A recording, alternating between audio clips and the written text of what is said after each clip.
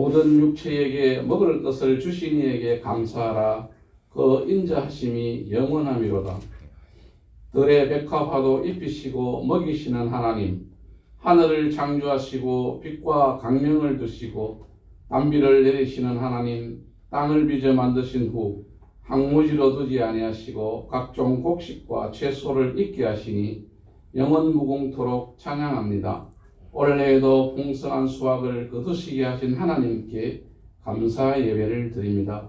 하늘과 땅의 만나로 영육을 살찌우게 하신 하나님, 감사 예배 드리는 이 시간 몸과 마음과 물질, 결실한 열매를 하나님께 온전히 드리게 하옵소서. 지금까지 도우시고 지켜주신 하나님 아버지, 목마른 자들을 불러 모아 값없이 물을 주시고 먹을 것이 없을지라도 불러 모아 돈 없이 양식을 주시오니 생기가 솟아납니다. 이 생기로 구원의 소식을 만방에게 전할 주님의 제자 되기 원하오니 크신 평화를 이 땅에 심게 하옵소서. 마지막 때에 추수할 일꾼을 부르시는 하나님, 곡식의 단만 추수할 것이 아니라 예정하신 알곡 신자들을 추수에 거두어 드릴 수 있는 일꾼으로 우리들을 세워 주옵소서. 코로나19와 세상 광풍에 시달려 고생하다가 주님의 위로하심으로 믿음의 길을 힘겹게 걸어가는 우리들이오니 오늘 말씀을 통하여 우리의 형상으로 변화되어 아멘으로 하답하는 심령이 우리 하나님의 풍성한 은혜가 넘치게 하옵소서. 창원선교 교회를 세우시고 인도하시는 하나님, 사명 감당 잘하는 제자들을 세우시며 능력 있는 일꾼들을 통하여 부흥하며 좋은 소문나는 교회 되게 하옵소서. 말씀 전가하시는 담임 목사님 영과 육이 강건하며 성령 충만한 능력의 목자 되게 하시며 선포하는 말씀을 믿음으로 받고 순종하여 추수 때 결실의 열매로 알곡되게 하옵소서. 예배의 이름도 없이 빛도 없이 섬김과 봉사의 손길이 복되고 형통하게 하시며 이 예배에 참여하는 모든 자들의 가정에 예수 그리스도의 평강이 임하게 하옵소서. 한 주간의 삶을 예수 그리스도께서 지켜 인도하여 주실 것을 믿고 의지하오며 감사드리오며 구주 예수 그리스도의 이름 받들어 기도드리옵나이다. 아멘.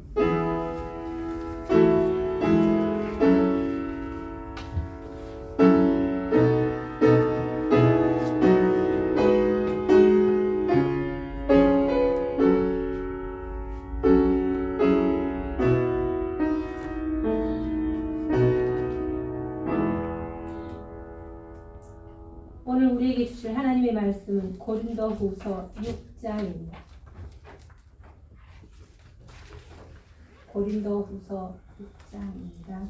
제가 가지고 있는 성경책은 신약 성경 291페이지입니다.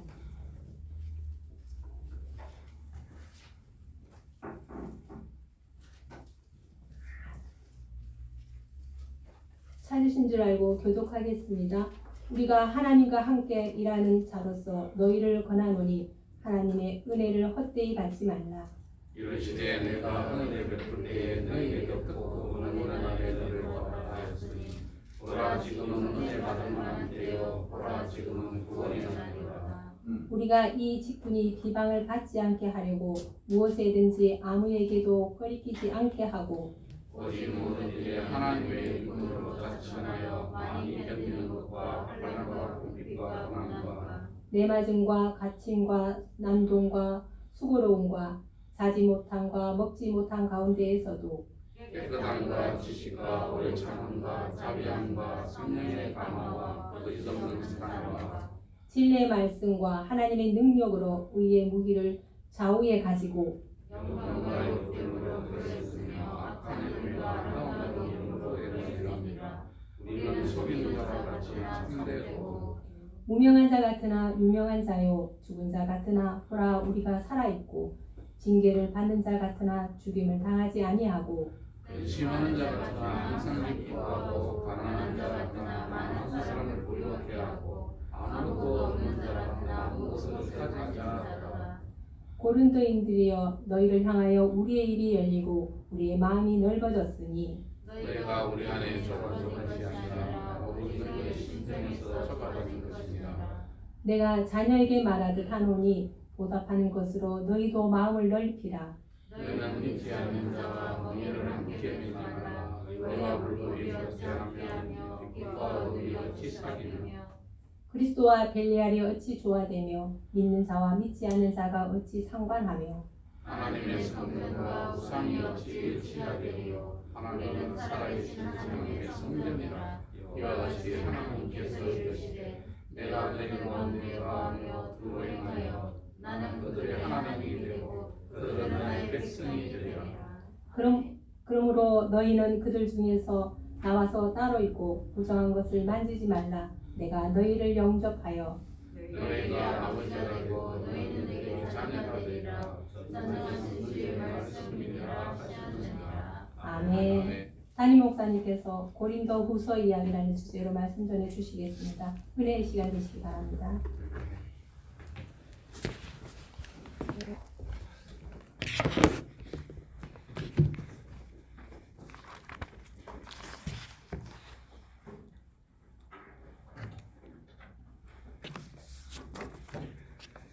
오늘 추수감사주일입니다.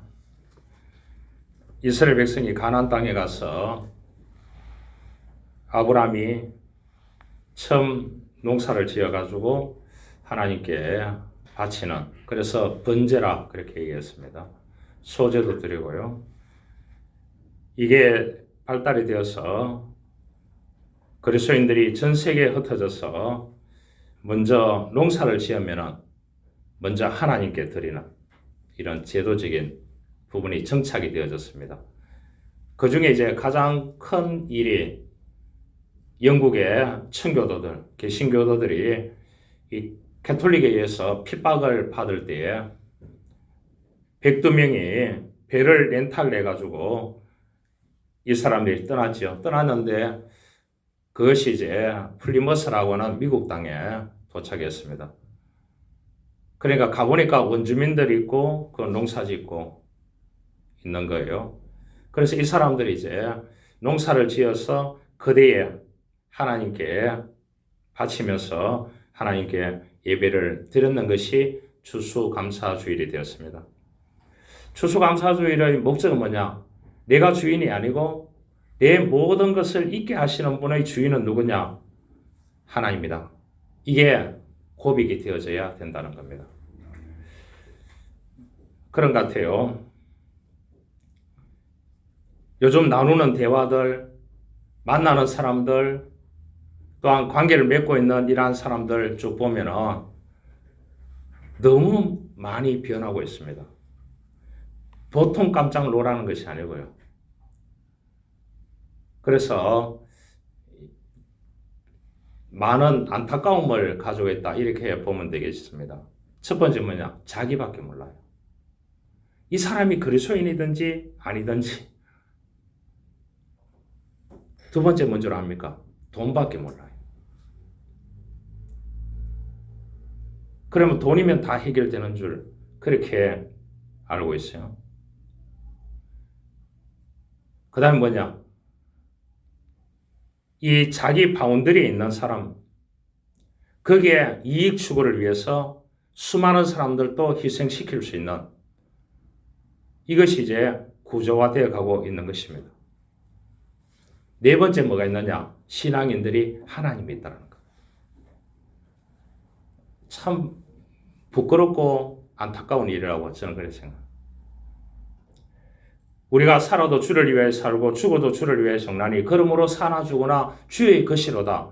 그렇게 고백하고 그렇게 신앙을 받고 그렇게 살아가고 있지만은, 그러나 하나님께 감사하고 그 하나님의 받은 은혜에 대해서 늘 고마움을 여기고 살아간다는 것이 쉽지 않는 것입니다. 그럼에도 불구하고 우리 그리스도인들은 뭐냐? 그리 아니하실지라도 그럼에도 불구하고 더불어 살아가는 이 세상 가운데서 먼저 하나님께 감사하는 영혼들이 되어져야 됩니다. 할렐루야. 이게 그리스도인입니다. 여러분, 저 사람은 저렇게 하니까 나도 저렇게 해야 된다. 그렇게 하면 어떻게 되느냐? 내 신앙 수준도 낮아지고 뭣도 낮아진다고요? 삶의 수준도 하향 평준화로 내려갈 수밖에 없는 것입니다. 그러잖아요. 이번에 수능 때문에 저가 했는데 EBS에서 70%에서 50% 낮추었습니다. 낮추면 어떻게 되겠습니까? 수능은 재수에 있는 사람들의 몫이고 강남에서 개인 과외를 받은 사람들의 몫인 것입니다. 그러면 지방에 있는 학생들은 뭐냐 이거? 이해가시죠? EBS에서 80% 90% 이상 낸다고 했는데 이것이 이제 이번에 50% 이하로 다운됐다는 거예요. 이래 되니까 이 앞으로 지방에 있는 학생들이 어떻게 되겠습니까? 다 지방은 하향 평준화되고 돈 있고 권력 있고 힘 있는 사람들은 강남에 가가지고 거기 뭡니까? 상향 평준화를 시켜가는 거예요. 여러분, 그럼에도 불구하고 지방에서 공부하면은 경상도 말로 하면 쇠 빠지게 공부해야 됩니다. 알겠어? 좋은 말로 할 때. 잠자면 안 돼요. 공부하는 사람 왜 잠자요? 학생의 직업이 뭐예요? 공부라. 엄마 아버지 직업이 뭐예요? 직장인이야. 자기 일터야. 그러면 그 일터에서 죽자 사자 일을 해야 되는 거예요. 그와 마찬가지로 우리의 신앙생활 하는데 죽자 사자 신앙생활 합니까? 안 하잖아요. 참 안타까움이 많이 있습니다. 여러분 마음속이라도 나에게 왔는 내 영혼을 건강하게 하시는 하나님, 내 삶을 풍족하게 하시는 속상하는 일이라도 먼저 하나님께 감사할 수 있는 이게 뭐냐? 우리를 추수감사절을 지키는 첫 번째 목적인 것입니다. 할렐루야. 감사하십시오. 그 아프리카 카르라라는 지방에는 은혜에 보답하는 풍습이 있다고 합니다. 그래서 그 마을에서는 어떤 사람이 은혜를 입었다. 그러면 그날 저녁에 가가지고 무릎을 꿇고 그 문 앞에 있다는 겁니다. 다음날 아침까지요. 아니, 풍습이 그렇다는 겁니다. 그런데 그냥 무릎을 꿇느냐? 머리를 숙여가지고 땅바닥을 보게 해서 있는다는 거예요. 여러분, 은혜를 입었다고 하면은 저 집에 저 사람에게 은혜를 입었다 그러면 그 대문 앞에 가가지고 그렇게 있는다는 그 아프리카 이 카르라라는 지방에 그런 풍속이 있다고 합니다. 그러니까 그쪽 지역은 어떻게 됩니까? 조금 은혜를 받았다고 하면은 그런 마음을 가지고 있으니까 그 동네는 어떻게 했습니까? 굉장히 서로 협력하고 아름다운 공동체의 마을이라고 그렇게 보면은 되겠죠. 여러분, 부모가 자녀에게 이제 옛날같이 돌아가면 좋겠어. 이 통신이 다 마비되고 그렇게 해가지고 부모가 열심히 돈 벌어가지고 학비라든지 용돈을 현금으로 딱 주면 무릎을 딱 꿇고 너무 고맙습니다. 학비 안 주고 이번 학기에 쉬면서 아르바이트 해. 이렇게 부모가 권력을 쥐고 할 수 있는데 요즘은 어떻게 해야 합니까? 전부 다 카드를 줘놓으니까 마음대로 쓰고 고맙도 소리 해야 안 해요. 학비는 당연하게 부모가 내야 되는 줄 알고 그 시대가 이렇게 이제 고마움, 은혜, 감사 이런 게 사라지다 보니까 하나님을 믿어도 신앙생활을 해도 하나님 말씀을 읽어도 예배를 드려도 어떻게 되느냐? 감사와 은혜가 거의 없다는 거예요. 여러분, 옛날 사람들은 시원한 물 한 잔 줘도 정말로 고맙다고 그렇게 얘기했어요. 그래서 밥 한 끼 같이 먹는 것만 해도 너무나 감사하게 생각하는 그런 시대 속에서 저는 자랐습니다. 근데 요즘 보면 사람들이 어떠냐 하면 두 눈 뜨고 있지만 두 눈 뜨고 있는 게 아니에요. 다 뭐냐? 이용하려고 하는 사람들밖에 없습니다. 우리가 믿음으로 튼튼하게 세워지지 않으면 상당히 이 믿음을 지켜가는 자체가 어려운 시대 속에서 살아갑니다. 그러나 우리가 결코 잃지 말아야 되는 것이 은혜입니다. 고린도후서에서 사도 바울이 계속해서 얘기합니다. 그래서 고린도 전후서에 성경 전체에 합했는 것보다 223회가 있습니다. 은혜라는 용어가요. 은혜. 하나님의 은혜로다. 참 은혜로라. 이 말이 어디냐? 고린도 전후서에 223번 있다니까요. 은혜. 여러분, 은혜라는 말은 카리스 말입니다. 원어에, 헬라어에. 이 카리스와 가장 가까운 단어가 뭐냐? 카라라는 겁니다. 그래, 어디 가보면 간판에 카리스 무슨 센터, 카라 센터 이렇게 해놨어요. 카리스는 뭐냐 하면 은혜로운 센터.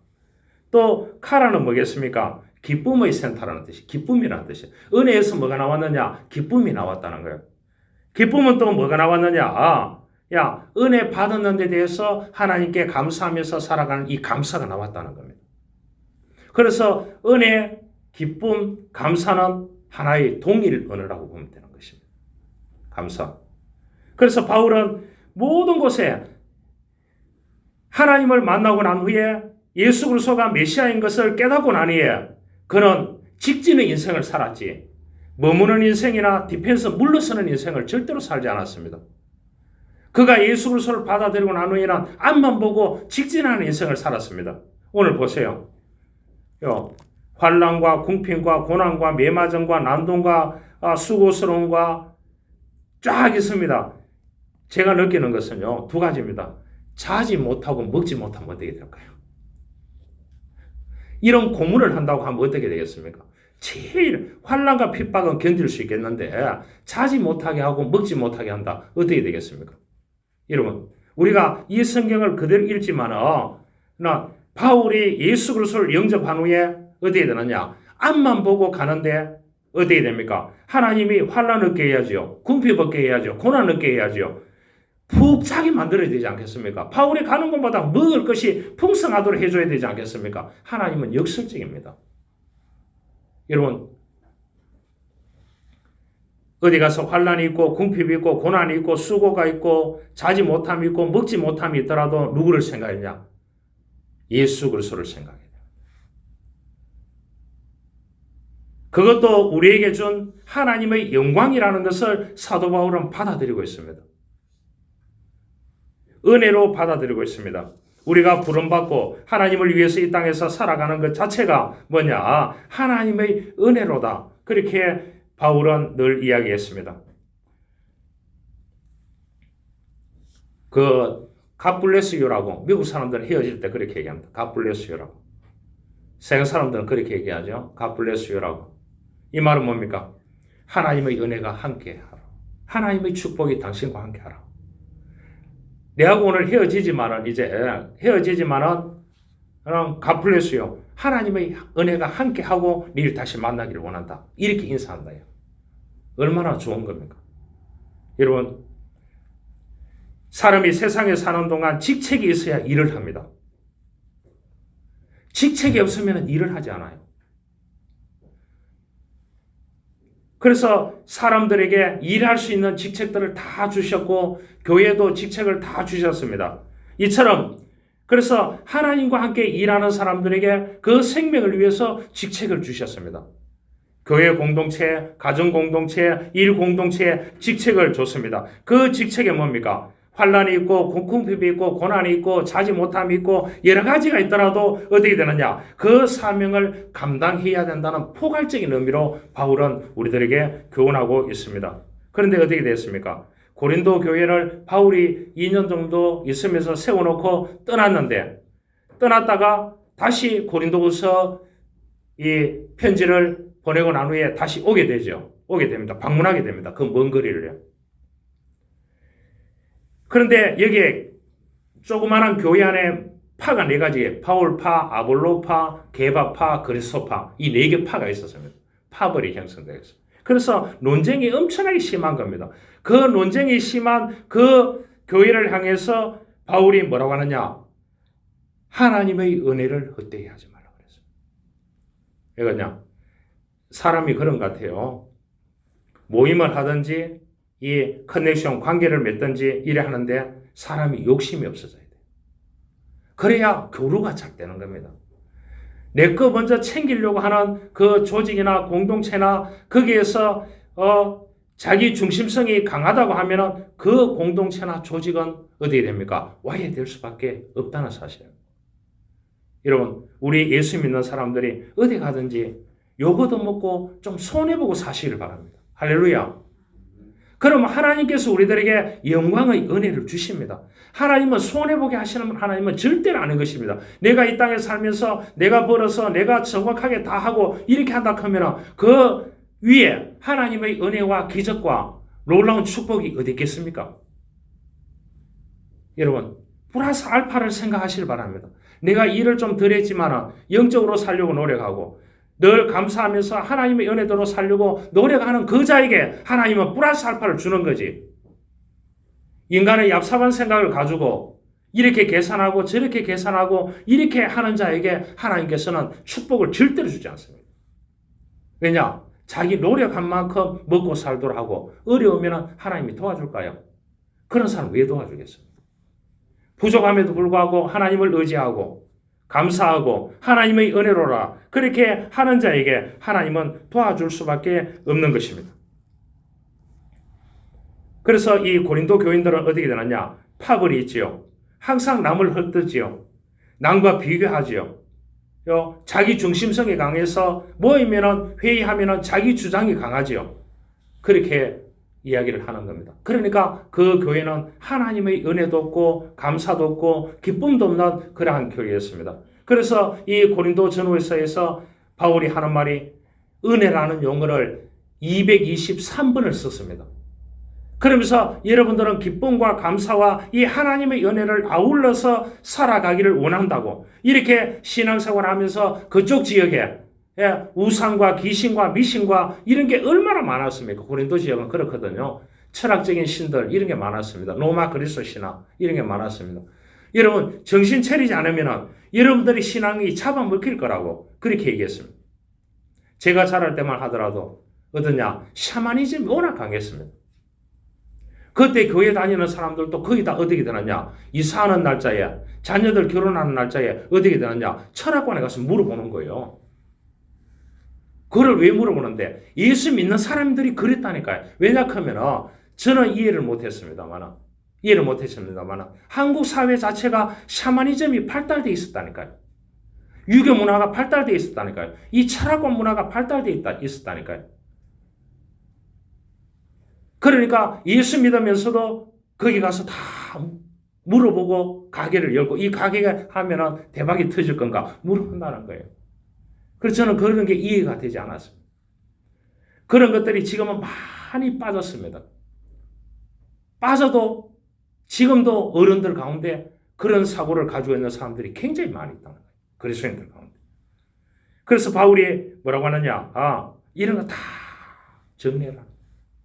당신네들이 오늘 살아가는 것은 하나님께서 은혜를 부어주셨기 때문이다. 하나님이 당신을 일꾼으로 삼았기 때문에 가정에서 일터에서 교회에서 여러분들이 마음을 넓혀가지고 좀 어려움이 있더라도 마음을 넓혀가지고 당신네들이 거하는 그 마음은 하나님이 계시는 성전이다. 아름답게 일궈가야 된다. 영적으로 성공해야 된다. 내 영혼이 잘된같이 범사가 잘되고 이러한 뜻으로 바울이 오늘 얘기를 하고 있습니다. 옌슨이 밀로의 글 가운데 이런 글이 있습니다. 한 식료품 가게 주인이 스승을 찾아가서 맞은편 연세점이 생겨서 망하게 되었다고 말합니다.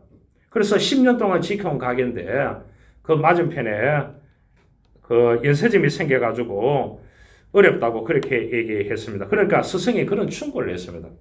그 연세점 주인 보고요. 그 상대방 연세점 열어놓은 새로운 가게에 두려워할 필요가 없다고. 당신이 문 열기 전에 그 가게 앞에 가가지고 이 가게가 잘 들어 축복하라고 그렇게 얘기했습니다. 그 스승이. 그 화가 날까요? 안 날까요? 엄청난 화가 나는 거예요. 왜냐? 자기 가게가 안 되어서 스승에게 코칭 받으러 갔는데 그 스승이 뭐라고 코칭했느냐? 너 가게가 열기 전에 그 집 가게 가서 먼저 축복을 하라 그렇게. 여러분 굉장히 역설적입니다. 알겠죠?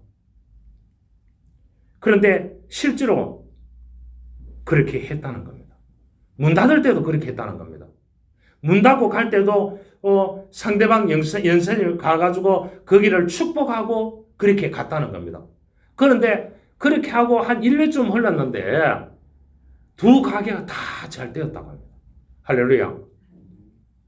여러분, 어떻게 보면 우리의 마음이 굉장히 중요합니다. 우리의 마음이 그렇게 했습니다. 성전과 우상이 동시에 있다고 했습니다.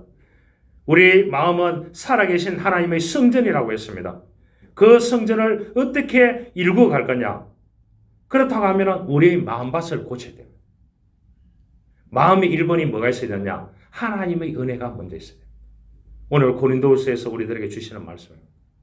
하나님의 은혜가 먼저 있어야 된다. 그래서 그 은혜를 통해서 기뻐하고 감사하는 삶을 살아가야 된다고 이야기를 했습니다. 여러분, 세상에서 가장 중요한 공부를 뭐라고 하느냐? 마음 공부라고 안병우 교수는 그런 말을 했습니다. 빌리 가레암 목사님은 그런 말을 했습니다. 마음을 고쳐야 세계를 바꿀 수 있다고 했습니다. 바울 역시 오늘 이 고린도 교회의 문제투성이 교회에 뭐라고 하느냐? 마음의 문제를 다루고 있습니다.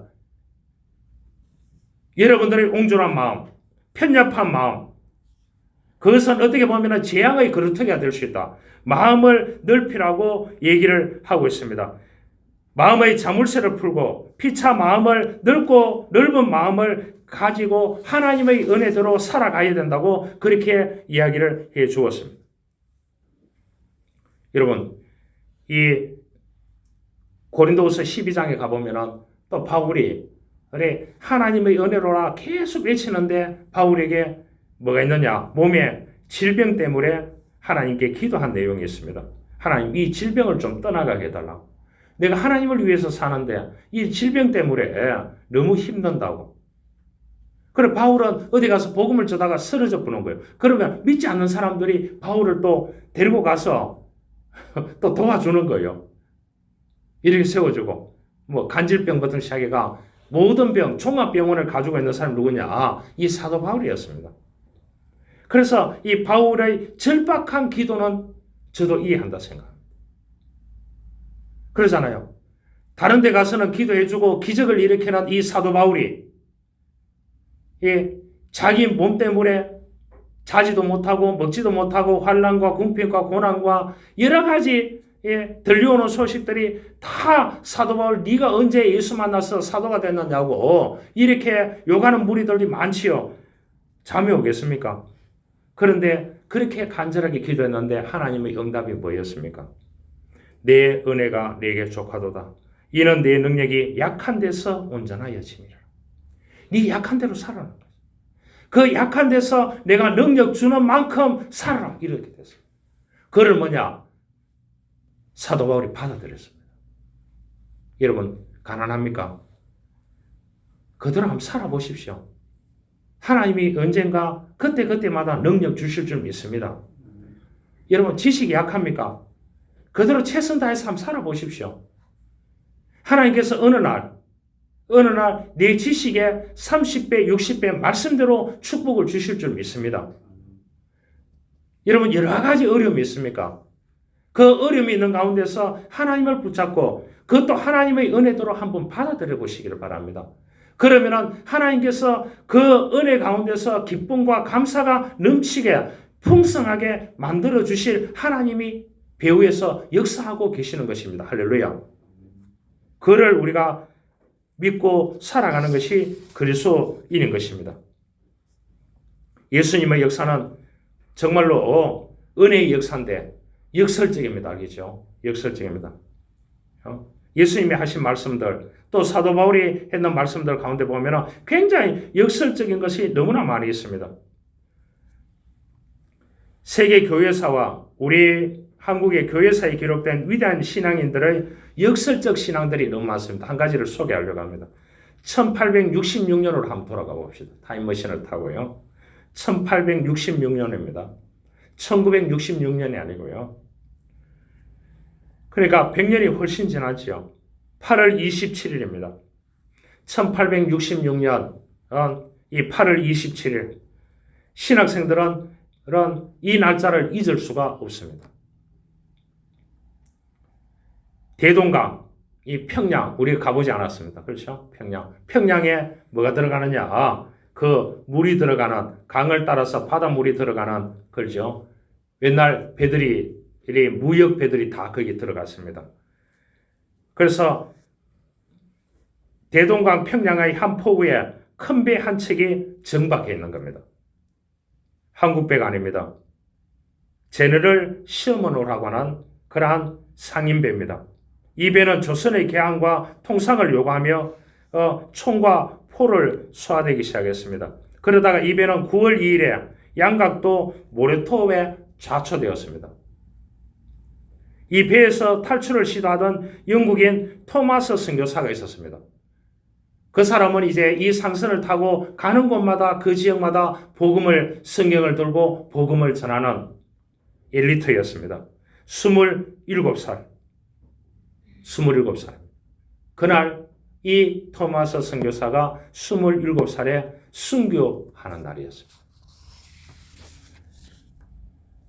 우리나라에 내한했던 첫 번째 아무런 활동도 하지 못하고 순교했던 선교사가 누구냐? 처음 내방했던 선교사가 누구냐? 이 토마스 선교사입니다. 그때 토마스 선교사를 죽인 병사는 누구냐? 박충권입니다. 박충권이 이렇게 그 병사가 이렇게 증언을 했습니다.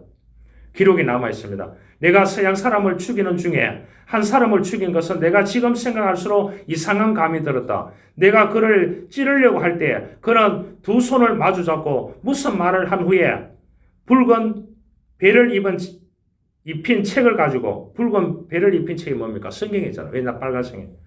가지고 웃으면서 나에게 받으라고 건넸다.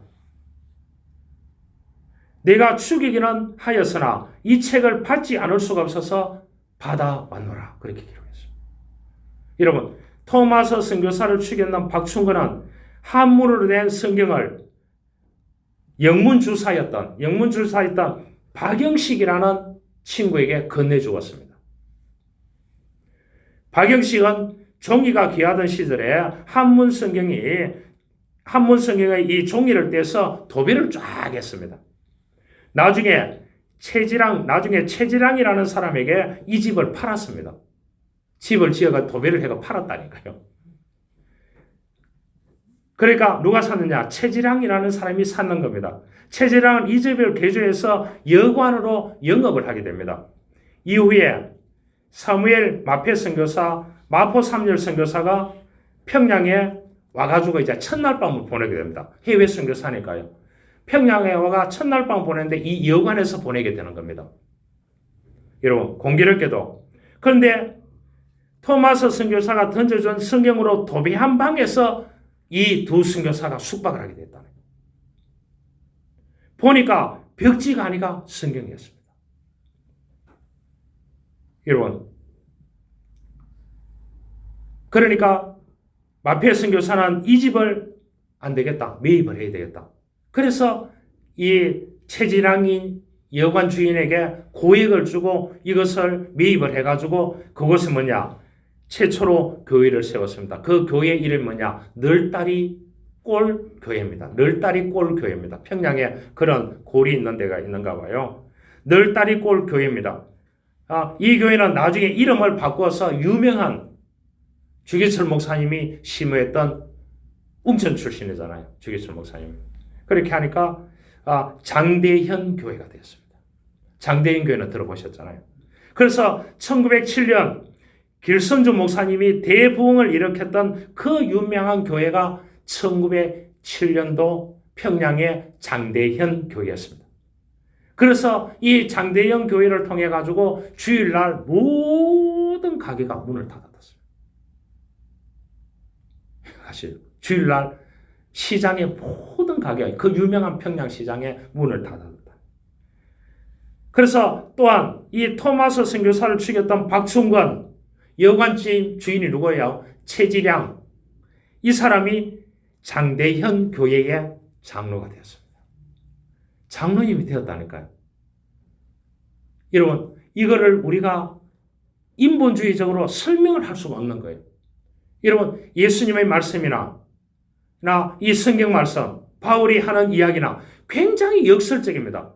여러분 바울이 하는 얘기야. 환난 고난 받고 이렇게 매맞음과 고통과 궁핍함과 이렇게 겪으면 어떻게 됩니까? 예수를 버리고 자기 일하러 가야 되지 않겠습니까? 이 사람도 학자인데요. 그런데 복음은 우리들에게 어떻게 보면 굉장히 역설적으로 다가온다는 겁니다.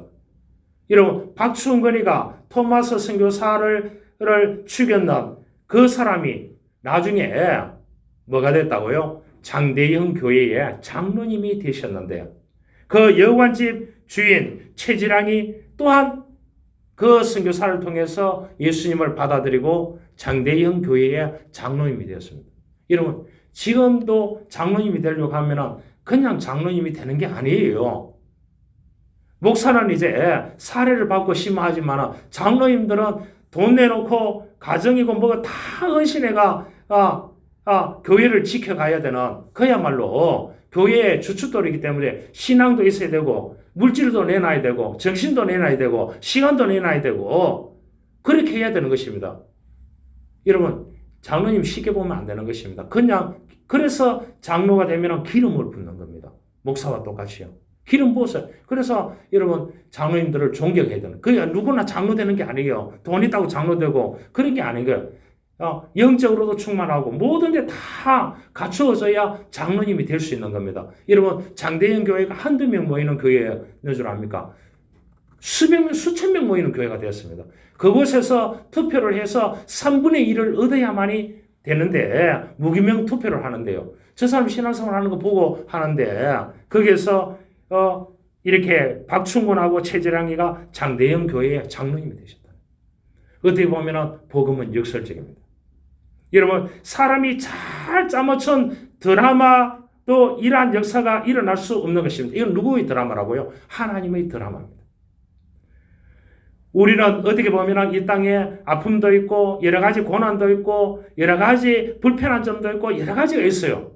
있는데 뭐냐? 내 드라마를 써가려고 하지 마시길 바랍니다. 여러분 하나님이 써가시는 대로 순종하시길 바랍니다. 그러면 그곳에 기적이 있고 그곳에 은혜가 있고 그곳에 감사가 있고 그곳에 하나님이 말씀하시는 기쁨이 있다는 사실을 우리는 받아들여야 되는 것입니다. 여러분 세상적인 관점에서 보면 사도 바울부터 시작해가지고 다 뭐냐 바보같이 보일지 모릅니다. 그러나 역설의 신앙을 가졌던 예수님 안에서 우리가 그 예수님을 통해서 지혜를 배우고 예수님을 통해서 능력을 받고 예수님으로 인해서 은혜와 기쁨과 감사를 받아서 우리가 이 땅에서 호흡하면서 내 삶 가운데서 살아계시고 내 마음을 주장하시고 내 육체와 내 영혼을 주장하시는 그 하나님으로 인해서 이 땅에 살아간다고 하는 사실을 우리는 기억하고 살아가야 되는 것입니다. 그러니까 우리가 은혜 받는 성도가 되어져야 되는 것입니다. 여러분 우리가 이 땅에 살아가는 동안 어떤 경우에서라도 하나님의 은혜를 생각하는 사람으로 살아가야 되는 것입니다. 어떤 자매가 돈 많은 부잣집 아들과 결혼해서 잘 살게 되었습니다. 유명한 백화점이랑 백화점을 다 돌아다니면서 유명한 명품을 다 사가 몸에 걸치고 치장을 하고 다닙니다. 그러다가 자기 동서가 오면은 그것을 내놓고 자랑합니다. 이것은 어느 백화점에 샀고, 이거는 어느 나라 것이고, 이거는 어느 인기 스타가 입고 쫙 자랑을 늘어놓을 때마다 이 동서는 형님 참 좋으시네요. 그런 대답을 했대요. 그런데 그 동서는 아주 가난하게 산답니다. 그런데 시골 친정에 가면 올 때마다 고춧가루랑 마늘이랑 살을 가지고 와서 형님 이것은 우리 친정에서 직접 재배한 무공의 농산물입니다. 이거 작지만은 드세요 하고는 그렇게 찾아오는데 볼 때마다 웃는 모습으로 살아가더라는 겁니다. 이것을 몇 번 받아본 이 부자 동서는 어느 날 이런 생각이 들었다고 합니다. 저 동서는 가난한데 찢어지게 가난하게 살면서 저렇게 인심도 후하고 나는 이렇게 돈으로 다 치장하고 돈도 많고 늘 마음도 편하다고 생각하고 이렇게 살아가는데 어떻게 저기는 그렇게 늘 웃으면서 살지? 그러면서 갑자기 자기 생각 가운데 비참한 생각이 들었대요. 그리고 동서가 보통 사람 같으면 저렇게 자랑하면은 좀 삐지고 이렇게 할 건데 그런 것도 전혀 없었다는 거예요. 형님 그래요. 아 형님 잘 사시네요. 그렇게 늘 얘기하더라는 거예요. 그래서 어느 날 전화를 했답니다. 동서가 너무 행복하게 보인다고. 내가 생각할 때마다 한 가지 의문점이 나는데 어쩌면 동서는 그렇게 가진 것이 없는데도 넉넉한 마음으로 사느냐고. 그러니까 그 동서가 그런 말을 했다고 합니다. 아, 기회가 왔구나. 형님, 저는 형님처럼 가진 것은 없지만 내 속에는 살아계신 하나님이 계십니다. 그 얘기를 했대요. 저희 집은 작아도 내 마음이 거할 집은 없고 먹을 것이 넉넉하지 못해도 우리 가족은 매일 하나님이 주시는 양식을 먹고 살아갑니다. 입은 옷이 초라해도 사랑의 주님의 옷을 입고 있기 때문에 항상 마음이 넉넉합니다. 형님도 예수 믿으시죠? 이랬는데 그 형님 동서가 그 다음 주일부터 교회에 출석했다고 합니다. 출석해 보니까 교회 가 보니까 어려운 사람들, 가난한 사람들 너무 많은 거예요. 그래서 이 사람이 교회 가서 교회 가는 자체가 동서 때문에 은혜 받고 교회 가가지고 교인들 다 도와주는 거예요. 가시죠. 그래서 뭐냐? 그 교회 가시려고요. 이 사람이 어려운 사람에게 5만 원씩 주는 거예요. 5만 원씩 주는 거예요. 나갈 때마다. 이런 우리에게 은과 금은 없지만 내게 있는 것이 무엇입니까? 나사렛 예수 그리스도입니다. 나에게 왔는 예수 사랑입니다. 여러분 우리는 이렇게 예수 그리스도의 은혜로 살아가야 되는 것입니다. 여러분 이러한 이야기가 있습니다. 이 두 마리 바퀴벌레가 단골 식당에 가기로 했습니다. 그 중에 덩치가 큰 바퀴벌레가 맛있게 식사를 하고 있는데 작은 바퀴벌레가 말했습니다. 내가 금방 나온 집은 장난이 아니어서 먼지 한 점이 없는 거 있지. 그 집 여주인은 청소광인가 봐. 싱크대, 바닥까지 포함해서 모든 것이 티끌 하나 없이 깨끗해서 어디에서도 부스러기 하나 찾을 수가 없었지. 그렇게 얘기했습니다. 그러니까 다른 바퀴벌레가 먹던 것을 멈추고 상대방을 짜증스럽게 쳐다보며 말했습니다. 너는 꼭 식사 중에 그런 말을 해야겠니? 그렇게 얘기했다. 여러분 이 바퀴벌레의 이야기를 사람들에게 적용될 수 있습니다. 고린도 사람들에게 쓴 바울의 두 번째 편지는 그 독자들이 깨끗한 삶에 대한 많은 것을 배워야 했음을 보여줍니다. 그들은 더 강력하게 의로움에 굶주리고 목말라 해야 된다는 것을 가르쳐주고 있는 겁니다. 그래서 바울은 7장 1절에 말합니다. 육과 영의 온갖 더러운 것에서 자신을 깨끗하게 하라고 말씀을 해주고 있습니다. 5장 17절에 말합니다. 그런즉 누구든지 그리스도 예수 안에 있으면 새로운 피조물이라. 이전 것은 지나갔으니 보라 새 것이 되었도다. 여러분 우리가 예수 그리스도를 믿고 새로운 존재로 살아갑니다.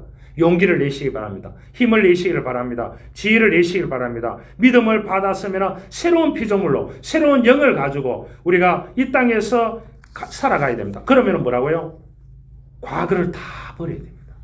할렐루야. 현재에서 미래로 가야 됩니다. 한 이야기를 하고 말씀 마치려고 합니다. 남동생을 뒷바라지를 하기 위해서 시집가기를 거절하고 평생을 희생한 어느 간호사의 이야기가 있습니다. 남동생도 그렇게 하지 말라고 했는데도 불구하고 주변 사람들도 너무 지나치다고 그렇게 얘기했는데도 불구하고 이 동생을 뒷바라지를 하는데 결혼도 하지 않고 이 평생을 바쳤습니다. 그런데 이유가 있었습니다. 그녀가 세상을 떠나기 전에 그 이유에 대해서 이렇게 고백을 했다고 합니다. 왜 동생을 위해서 살았느냐? 자기가 사춘기 시절에 수혈을 받을 필요가 있었는데 특이한 혈액형 RH형이라고 합니다. 피를 구하기 어려웠다고 합니다. 마침 초등학교 1학년이었던 어린 남동생이 같은 RH 혈액형이었다고 합니다. 그런데 초등학교 1학년인 이 남동생이 자원해 주었다고 합니다. 그런데 수혈이 끝난 후에 이 남동생이 입원실에서 선생님에게 뜻밖에도 이렇게 물었다고 합니다. 선생님, 저는 언제 죽게 됩니까? 이 이야기를 옆에서 누나가 들었다고 합니다. 이 소녀는 수혈의 의미를 알지 못했던 것입니다. 자신의 피를 다 뽑아서 누나에게 주고 자기는 죽는 줄 알았기 때문에 선생님에게, 의사 선생님에게 그렇게 물었다고 합니다. 그러니까 이 이야기를 누나가 듣고 난 후에 어떻게 하나님께 이렇게 기도했다고 합니다. 저는 평생을 제 동생을 위해서 살겠습니다. 그리고 그녀의 결심대로 실천했다고 합니다. 여러분, 자기를 위해서 죽을 결심을 하고 수혈한 동생을 위해서 한 여인이 동생에게 빚진 마음으로 동생을 사랑하며 평생을 동생을 섬기는 일을 헌신했다면 오늘 우리를 위해서 새로운 피를 주고 새로운 생명을 위해서 우리에게 십자가에 돌아가시고 우리를 구원하고 영원한 생명을 주셨는 그 예수 그리스도의 복음을 위해서 우리가 이 땅에서 살아가야 되는 것입니다. 할렐루야. 그래서 살아도 주를 위해 살고 죽어도 주를 위해 죽나니 그러므로 사나 죽으나 주의 것이로다. 그렇게 했습니다. 사랑하는 성도 여러분, 우리가 그리스도인이고 하나님을 정말 믿는다면 하나님께서 우리에게 예비한 그리스도 안에서 새로운 삶, 변화된 삶을 경험해야 하는 것입니다. 그래서 우리 모두 그리스도 안에서 새로운 피조물로 부름을 받았습니다. 부름을 받았다고 하면 교회에서의 우리 성도라는 직책, 가정에서 직책, 또한 여러분들의 직장에서 직책 가운데서 환난이 있고 궁핍이 있고 고난이 있고 수고로움이 있고 자지 못함이 있고 먹지 못함이 있고 비참함이 있다고 할지라도 여러분 하나님의 은혜로라. 할렐루야. 아멘. 그 은혜로라 고백하면서 인내하면서 그것을 기쁨으로 감사로 성화하면서 살아가는 저와 여러분들이 될 수 있기를 주님으로 축원합니다. 하나님 감사합니다. 우리는 이미 그리스도 안에서 살고 있습니다. 이제 성령님의 도우심으로 새로운 피조물의 삶을 경험하면서 우리로 인해 세상이 새로워지는 복된 축복의 삶을 살고 싶습니다. 우리 모두를 축복하여 주옵소서. 오늘은 추수감사주일입니다. 우리 선조들이 이 추수감사주를 통해서 하나님께 감사했듯이 우리 삶 가운데서 감사와 기쁨을 늘 예수 그리스도 안에서 만끽하면서 모든 것을 하나님의 은혜대로 받아들이면서 살아가는 그리스도인이 되어줄 수 있도록 축복하여 주옵소서. 구주 예수 그리스도의 이름으로 기도하옵나이다. 아멘.